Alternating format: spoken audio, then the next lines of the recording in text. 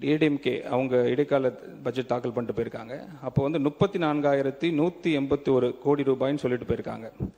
அதே அப்புறம் வந்த டிஎம்கே கவர்மெண்ட் திருத்தப்பட்ட ஒதுக்கீட்டில் என்ன பண்ணுறாங்க, 32,599 கோடின்னு சொல்கிறாங்க. மாற்றம் என்ன வருது, குறைவு எவ்வளோ வருதுன்னா 1,582 கோடி. இந்த டிஃப்ரென்ஸ் இருக்குது. அதே மாதிரி உயர்கல்வியில் 2021-22 உயர்கல்வியில் இடைக்கால ஒதுக்கீட்டில் ஏடிஎம்கே கவர்மெண்ட் தாக்கல் பண்ணிட்டு போனது 5,478 கோடி.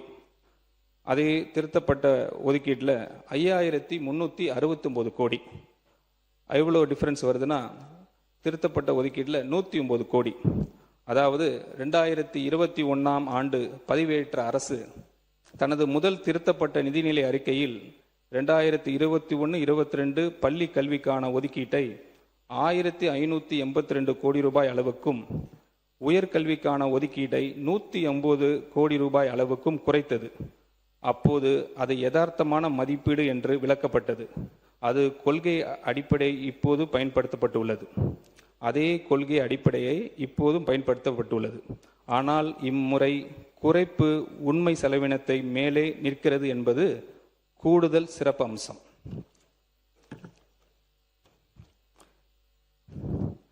மாண்புமிகு பேரவைத் தலைவர் அவர்களே, இப்பேரவையில் எழுப்பப்பட்ட கேள்வி இந்த அரசு வரவு செலவு திட்டத்தில் தான் அளித்த பல்வேறு வாக்குறுதிகளை நிறைவேற்றப்படவில்லை என்பதாகும். மாண்புமிகு பேரவைத் தலைவர் அவர்களே, இந்த அரசு அளித்த அனைத்து வாக்குறுதிகளையும் நிறைவேற்றும் என்ற நம்பிக்கை இந்த சபைக்கும் பொதுமக்களுக்கும் நான் மீண்டும் அளிக்க விரும்புகிறேன்.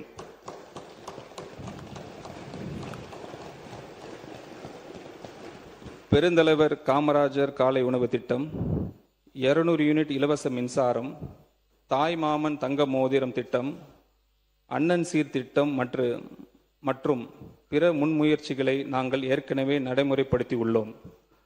நமது அரசு எப்படிப்பட்ட ஒரு நிதி சிக்கலில் ஆட்சி பொறுப்பை ஏற்றுள்ளது என்பது அனைவருக்கும் தெரியும். வருவாய் திரட்டல் மற்றும் செலவினை மேலாண்மை தொடர்பாக உயர்மட்ட குழுக்களை அமைப்பதற்காக அரசு அறிவித்துள்ளது. இந்த முயற்சிகள் மிக விரைவில் பலனளித்து அரசுக்கு தேவையான நிதி ஆதாரங்களை வழங்கும். இந்த நிதி ஆதாரங்கள் கிடைக்கப் பெற்றவுடன் அனைத்து வாக்குறுதிகளும் நிறைவேற்றப்படும். மாண்புமிகு பேரவைத் தலைவர் அவர்களே, கடந்த கால ஆட்சியில் அறிவிக்கப்பட்ட ஒரு திட்டத்தை அதனை செயல்படுத்திய விவரத்தையும் நான் இங்கு நினைவுபடுத்த விரும்புகிறேன். திட்டம் மகளிர் உரிமை தொகை. வாக்குறுதி அளிக்கப்பட்டது 2021ஆம் ஆண்டு சட்டப்பேரவை தேர்தல் அறிக்கையில். அரசு பதவியேற்றது மே 2021. முதல் நிதிநிலை அறிக்கை அவங்க சப்மிட் பண்ணது ஆகஸ்ட் 2021. திட்டத்துக்கு ஒதுக்கீடு எதுவும் செய்யலை. திட்டம் தொடங்கப்பட்டது 15/9/2023. அதாவது சுமார் 28 மாதங்கள் கழித்தே அந்த திட்டத்தை அறிமுகப்படுத்துகிறாங்க. அளிக்கப்பட்ட விளக்கம், அப்போதைய முதலமைச்சர் அவர்கள் பொதுவெளியில் தெரிவித்தது, ஆட்சிக்கு வந்தவுடனே இத்திட்டத்தை செயல்படுத்தியிருப்போம், ஆனால் அப்போது மாநிலத்தின் நிதிநிலை நன்றாக இல்லை என்றார்.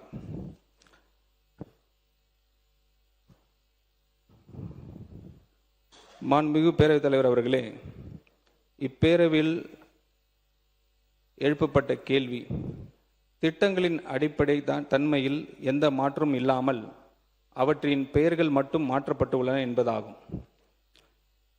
இந்த அரசு முந்தைய அரசுகளின் எந்த திட்டத்தையும் வெறுமன நகல் எடுக்கவில்லை. மாறாக திட்டங்களையும் அவற்றின் பலன்களையும் மேம்படுத்த திடமான முயற்சிகளை மேற்கொண்டுள்ளது.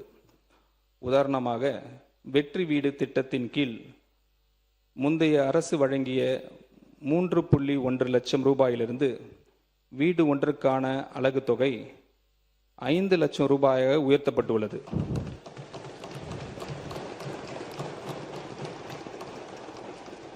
ஒவ்வொரு திட்டமும் அதிக மக்களை சென்றடையும் வகையில் மேம்படுத்தப்படும்.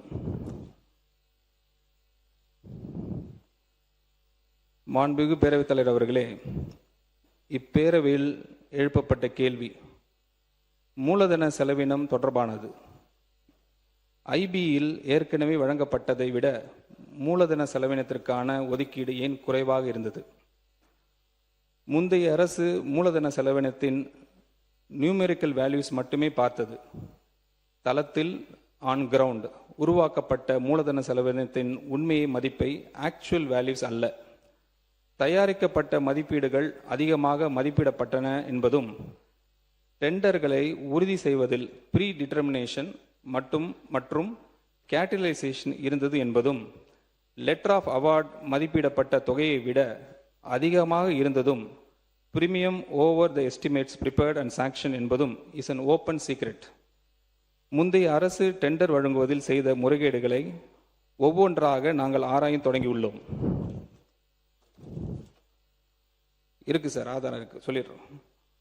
உண்மையான மதிப்புள்ள மூலதன பணிகளை உருவாக்க எங்கள் அரசு உறுதியுடன் செயல்படும். மேலும் ரிவைஸ் பட்ஜெட் எஸ்டிமேட் 2026-27 மூலதன செலவினத்தின் கேப்ஸ் வளர்ச்சி கேபிட்டல் எக்ஸ்பெண்டிச்சர் முந்தைய நிதி ஆண்டின் உண்மையான வளர்ச்சி விகிதத்தை விட அதிகமாக உள்ளது. அதுக்கு ஒரு எக்ஸாம்பிள் சொல்லிடுறேன். 2024-25 செலவினம் 47,101 கோடி. 2025-26 துணை நடப்பு கணக்கில் 51,225 சொல்லியிருக்கிறாங்க. அதோட வளர்ச்சி வீதம் பார்த்தீங்கன்னா 8.74%.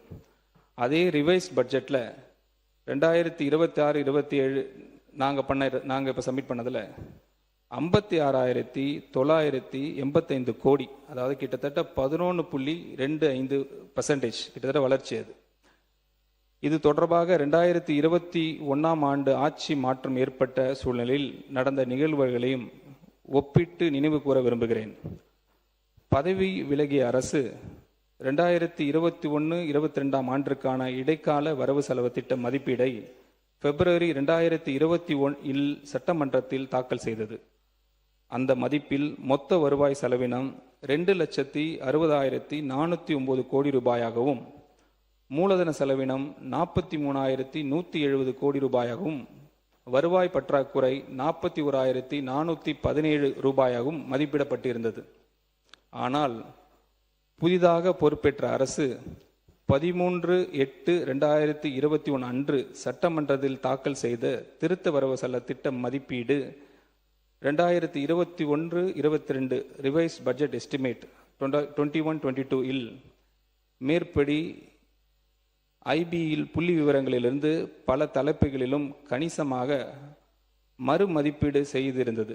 குறிப்பாக மூலதன செலவினம் 43,170 கோடி ரூபாயிலிருந்து 42,180 கோடி ரூபாய், சுமார் 1000 கோடி ரூபாய் அளவிற்கு குறைக்கப்பட்டது.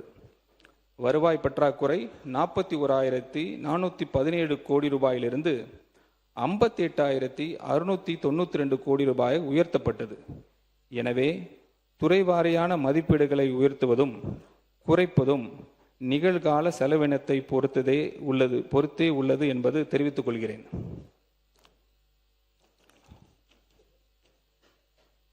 மாண்புமிகு பேரவைத் தலைவர் அவர்களே, என் உரையை நிறைவு செய்வதற்கு முன்பாக என்னை இங்கு கொண்டு வந்து சேர்த்த மாண்புமிகு முதலமைச்சர் அவர்களுக்கு என் இதயத்தில் இருந்து நன்றியை தெரிவித்துக் கொள்கிறேன். கல்வித்துறையில் 25 ஆண்டுகளாக மேலாக பணி செய்த என்னை மக்கள் பணி செய்ய தலைவர் வழியாக கடவுள் என்னை வட சென்னைக்கு அனுப்பினார். அங்கு சென்ற நாள் முதல் என்னையும் என் மகளையும் தத்து எடுத்து அதிக வாக்கு வித்தியாசத்தில் என்னை மாபெரும் வெற்றி பெற செய்த ஆர்கே நகர் மக்களுக்கு என் நன்றியை நெஞ்சதிலிருந்து தெரிவித்துக் கொள்கிறேன். மேலும் இந்த பேரவைக்கு தங்களுக்கு என் நன்றிகளை தெரிவித்துக் கொள்கிறேன். நன்றி, வணக்கம். மாண்புமிகு நிதி திட்டம் மற்றும் வளர்ச்சித்துறை அமைச்சர், முதல் முறை சட்டமன்ற உறுப்பினர், முதல் முறை அமைச்சர், ரொம்ப சிறப்பாக விரிவாக விளக்கமாக நீங்கள் எல்லாம் செய்திகளை தந்திருக்கும். உங்களுக்கு என்னுடைய பாராட்டுகளை நான் தெரிவித்துக் கொள்கிறேன். மாண்புமிகு வேளாண்மை உணவு நலத்துறை அமைச்சர் அவர்களின் பதிலுரை. மாண்புமிகு முன்னாள் முதலமைச்சர் எடப்பாடி கே பழனிசாமி அவர்கள். மாண்புமிகு பேரவைத் தலைவர்களே, நிதி அமைச்சர் நல்ல விளக்கத்தை கொடுத்தாரு. இந்த ஒரே ஒரு கிளாரிஃபிகேஷன். 2026-27 இடைக்கால பட்ஜெட்டில் சொந்த வரி ரூபாய் 2,29,579 கோடி. 2026-27 திருத்த பட்ஜெட்டில் சொந்த வரி ரூபாய் 2,26,740 கோடி. இப்பொழுது அவர்கள் தெரிவிக்கின்ற பொழுது 1000 கோடி வருவாய் அதிகமாக வந்திருக்குது. சரக்கு சேவை வரி, பதிவுத்துறை, கனிவளம் போன்ற சீரமைப்புகளும் 15,000 கோடி கூடுதலாக சொல்றாரு. அப்படின்னா 2026 2,26,740 கோடியில் சுமார் 15,000 கோடி சேர்த்துனா திருத்த பட்ஜெட்டில் அதிகமாக வந்திருக்கணும். அத நிதியமைச்சர் விளக்குனா சரியா இருக்கும். மாண்புமிகு நிதியமைச்சர். மாண்புமிகு பேரவைத் தலைவர் அவர்களே, the opposition of the house ஒரு சார் சொன்ன மாதிரி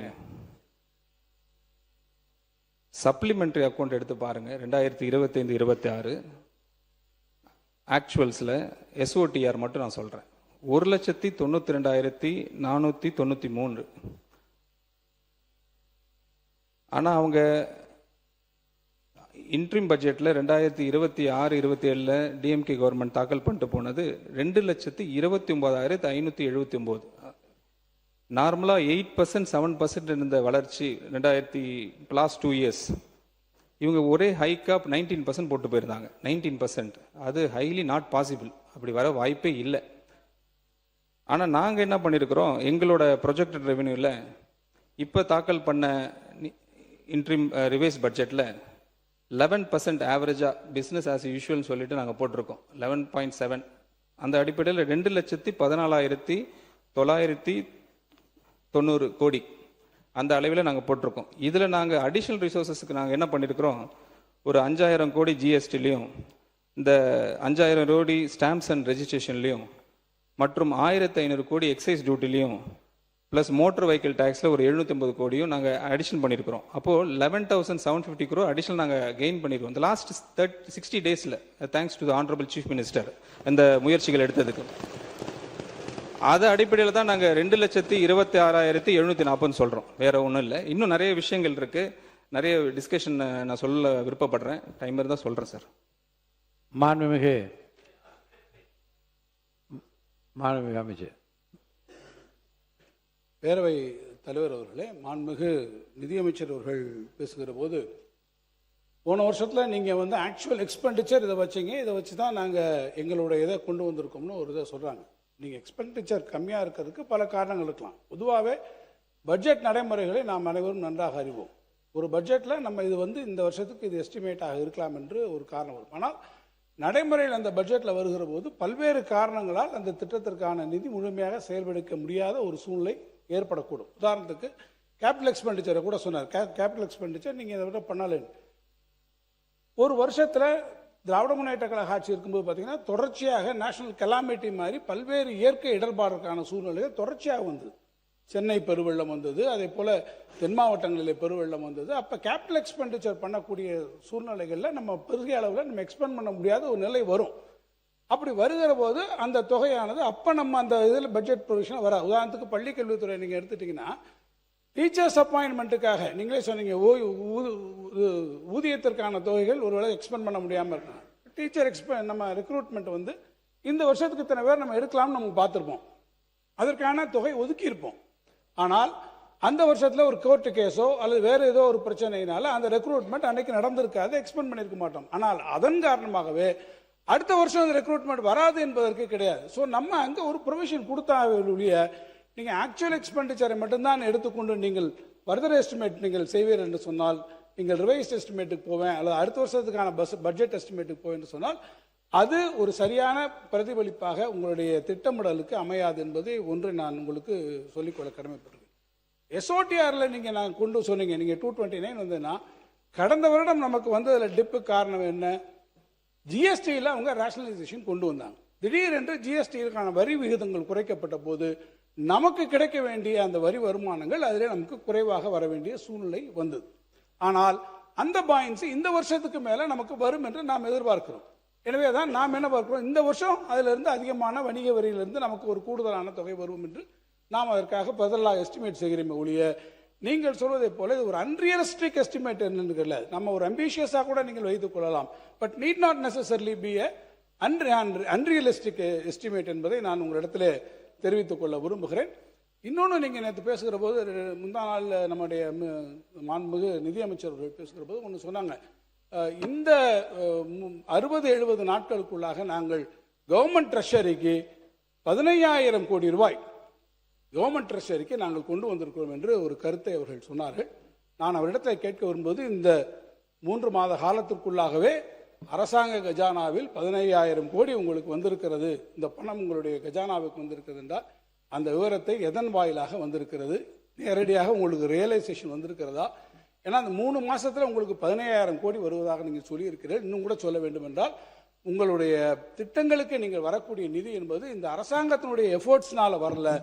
இது சென்ட்ரல் மத்திய ஒன்றிய அரசிலிருந்து உங்களுக்கு வரக்கூடிய அந்த கிராண்ட்ஸ் அண்ட் டிரான்ஸ்ஃபர்ஸ்ல விக்ஷித் பாரத்ல இருந்து எவ்வளவு வருகிறது, ஒன்றிய அரசினுடைய திட்டங்கள்ல இருந்து எவ்வளவு உங்களுக்கு வருகின்ற நிதியை வைத்துத்தான் அதை நீங்கள் குறிப்பிட்டு சொல்கிறீர்கள் என்பதை நான் தெரிவித்துக் கொள்ள விரும்புகிறேன். ஒரே ஒரு கேள்வியோட நான் முடிச்சிடறேன். ஒன்றும் ஒரு விளக்கத்துக்காக மட்டும்தான் நான் கேட்க விரும்புகிறேன். ரெவென்யூ டெபிசிட்டை பற்றி, என்ன கடன் இல்லை, ரெவென்யூ டெபிசிட்டை பற்றி ஒன்று நீங்கள் சொல்லியிருக்கும் கூட சொன்னீங்க. நீங்கள் நாங்கள் இன்ட்ரீம் பட்ஜெட் போட்டு போகும்போது 48,696 கோடி ரூபாய் நாங்கள் ரெவென்யூ டெபிசிட் இருக்கிறதாக வரும் என்று நாங்கள் கணக்கு போட்டிருந்தோம். நீங்கள் அதுக்கு 55,775 சொல்லிங்க.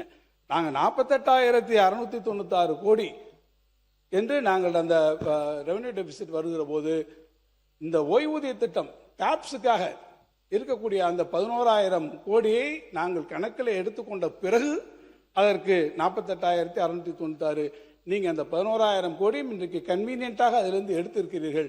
அதை எடுத்ததுக்கு பிறகும் கூட உங்களுடைய ரெவென்யூ டெபிசிட் 55,000 கோடி, ஏறத்தாழ 7,000 கோடி ரூபாய்க்கு மேலே அது வந்திருக்கிறது என்பதையும் நான் இந்த அவைக்கு சுட்டிக்காட்ட விரும்புகிறேன். மாண்புமிகு நிதி திட்டம் மற்றும் வளர்ச்சித்துறை அமைச்சர் அவர்கள். மாண்புமிகு பேரவைத் தலைவர் அவர்களே, ஃபார்மர் மினிஸ்டர் தங்கத்தனவர் சார் சொல்லியிருக்காங்க, கேட்டிருக்காங்க. இது எப்படி இந்த 15,000 crore பிரேக்கப் உங்கள்கிட்ட இருக்கா, எங்கேருந்து வந்துச்சுன்னு கேட்குறாங்க. நான் ஏற்கனவே சொன்ன மாதிரி எக்ஸைஸ் ரெவென்யூ அதில் மட்டும் எங்களுக்கு ஒரு 1,500 கோடி ரிகார்டிங் ப்ரிவிலேஜ் ஃபீஸாக இருக்கலாம், பைபேக் ஆஃப் பாட்டில்ஸாக இருக்கலாம், இம்ப்ரூவ்மெண்ட்ஸ் ஆஃப் FLN2 லைசன்ஸாக இருக்கலாம். இந்த இம்ப்ரூவிங் எஃபிஷியன்சி இதில் நாங்கள் இந்த எக்ஸைஸ் ரெவென்யூவில் நாங்கள் ஜென்ரேட் பண்ண அமௌண்ட் டைரெக்டாக வந்திருக்கு. மோட்டார் வெஹிக்கிள் டேக்ஸ்னு எடுத்துக்கிட்டிங்கன்னா அதில் அரௌண்ட் 750 crores. அது auction of fancy numbers, reforms to rationalise revenue streams, அதில் எங்களுக்கு கிடைச்ச அந்த amount. Stamps and registration revenue around 5,000 crore is expected தான். அது நீங்கள் சொன்ன மாதிரி எக்ஸ்பெக்டட் தான். But revision of certain fees and rectification, நீங்கள் சொல்றது கரெக்ட் தான், ஆனால் வர தொடங்கி விட்டது என்று நான் வர தொடங்கி விட்டது. டிஜிட்டேஷன் ஆஃப் சொல்லி முடிச்சிடுறேன். வர தொடங்கி ஆரம்பிச்சிட்டாலே உங்களுக்கு தெரியும், ஒரு அமௌண்ட் ஜென்ரேட் ஆரம்பிச்சிட்டாலே we are very happy. The projected 15,000 crores will be achieved very shortly. Yes, I agree sir, 100%. நீங்க சொன்னதுக்கு பதில் சொல்லிட்டாரு. நாங்கள் we are predicting மட்டும் it started to coming into our account. அதை மட்டும் நாங்கள் தெளிவுபடுத்த விரும்புகிறோம். குட் சர்வீஸ் டேக்ஸ்லையும் அதே தான், மைனிங் ரெவென்யூ அதே தான். இன்னும் சொல்ல போனால் நாங்கள் ஒரே ஒரு விஷயத்த சொல்லி நான் முடிச்சிடுறேன், ஏன்னா அடுத்தது வேளாண்மை இருக்கு. இந்த லயபிலிட்டிஸ் பற்றி பார்க்குறாங்க. கடன் எப்படி நம்ம குறைக்க முடியும், எப்படி இது வாங்க முடியும், அடுத்த கட்டத்துக்கு நம்ம எப்படி செயல்படுத்த முடியும், தமிழ்நாடு எப்படி அடுத்த கடன் வாங்குமான். முதலமைச்சர் அதில் ஸ்ட்ராங்காக இருக்காங்க, அதிக கடன் வாங்கக்கூடாதுன்ற ஸ்ட்ராங்காக இருக்காங்க. எவ்வளோ தூரம் நம்ம கண்ட்ரோல் பண்ண முடியுமோ, எவ்வளோ தூரம் ரெவென்யூ பூஸ்ட் பண்ண முடியுமோ அதை எங்களுக்கு ஐடியாஸ் கொடுத்துக்கிட்டு தான் இருக்கிறாங்க. அதுக்கு தான் அந்த ரெவென்யூ ஆகுமெண்டேஷன் கமிட்டின்றது நிறைய விஷயங்கள் நாங்கள் முன்னெடுத்துருக்கிறோம். அதில் ஒன்றே சொல்லி நான் முடிச்சிடுறேன். அதாவது 2025-26 கிட்டத்தட்ட 9,99,832 கோடி. அந்த காலகட்டத்தில் அந்த ரெவென்யூ ரெசிப்ட் கால்குலேட் பண்ணி பார்ப்போம், எவ்வளோ வருதுன்னு பார்ப்போமே. 2,91,114 crores. அதை நாங்கள் டிவைட் பண்ணி பார்த்தீங்கனாலே போதும், அந்த 25-26 ஆக்சுவல் அக்கௌண்ட்டில் ரெவென்யூ ரெசிப்டில் அது கிட்டத்தட்ட 3.43 times ஆஃப் த லயபிலிட்டிஸ். ஆனால் இந்த 26-27 பார்த்தீங்கன்னா 10,98,768. அதோட ரெவென்யூ ரெசிப்ட் பார்த்தீங்கன்னா 3,50,627.